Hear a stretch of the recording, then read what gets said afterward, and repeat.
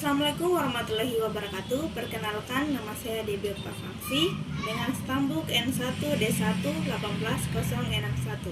Saya dari jurusan Bahasa dan Sastra Indonesia angkatan 2018. Di sini saya akan membahas tentang konsep dasar strukturalisme mulai dari klasik sampai dinamik. Secara etimologis, struktur berasal dari kata strukture, bahasa Latin yang berarti bentuk atau bangunan. Asal-usul strukturalis dapat dilacak dengan Poetika Aristoteles dengan tragedi, atau lebih khusus lagi dalam pembicaraannya mengenai plot. Struktur sendiri adalah bangunan teoritis atau abstrak yang terbentuk dari sejumlah komponen yang berhubungan satu sama lain. Struktur menjadi aspek utama dalam strukturalisme.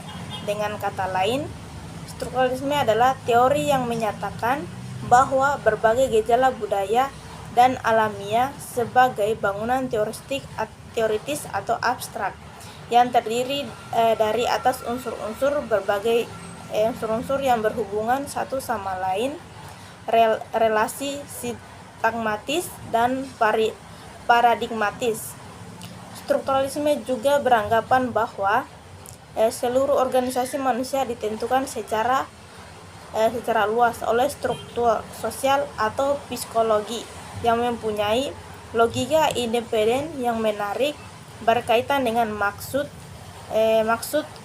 keinginan maupun tujuan utama. Menurut Joseph 1997 menjelaskan bahwa teori strukturalisme sastra merupakan sebuah teori pendekatan terhadap teks-teks yang menekankan keseluruhan relasi antara berbagai unsur teks. Teori strukturalisme memiliki latar belakang sejarah evolusi yang cukup panjang dan berkembang secara dinamis.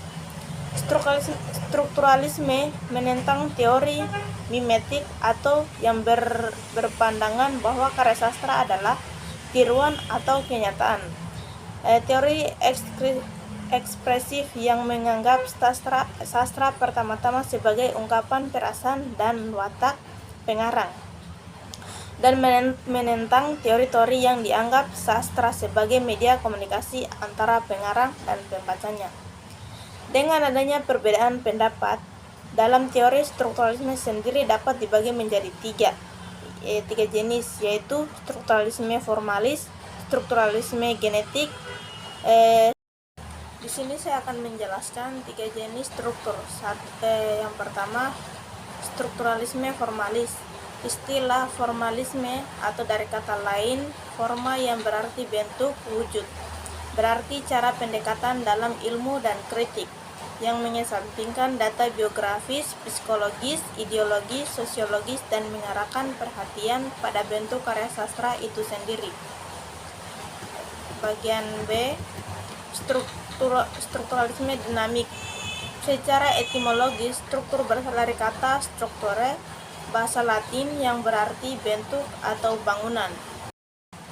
Bagian C, strukturalisme genetik merupakan jembatan penghubung antara teori struktural formalis, teori semiotik hampir sama dengan struktural genetik yang mengaitkan dengan asal-usul teks. Tetapi penekanannya berbeda. Struktural dinamik menekankan pada struktur, tanda, dan realitas. Menurut Joseph 1997 menjelaskan, teori struktural sastra menganggap karya sastra sebagai artefak atau benda seni, maka relasi struktural sebuah karya sastra hanya dapat dipahami dalam relasi unsur-unsur artefak itu sendiri.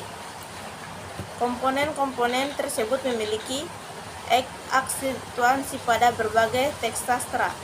Strukturalisme sastra memberikan kelulusan kepada peneliti sastra untuk menerapkan komponen-komponen yang mana akan mendapat prioritas signifikan. Menurut Abrams, bahwa ada 4 pendekatan terhadap karya sastra, yaitu pendekatan mimetik yang menganggap karya sastra sebagai tiruan alam atau kehidupan. 2. Pendekatan pragmatik yang menganggap karya sastra itu adalah alat untuk mencakup tujuan tertentu. 3. Pendekatan ekspresif yang menganggap karya sastra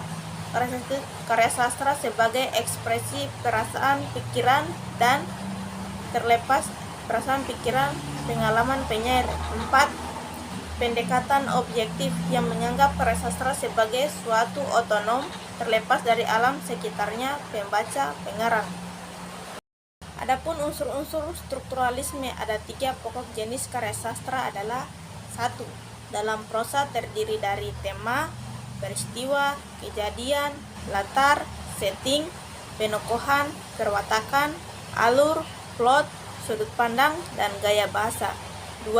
Dalam puisi terdiri dari tema, stilistika, gaya bahasa, imajinasi, daya bayang, rime, irama, rima, persajakan, diksi, pilihan kata, simbol, dan nada.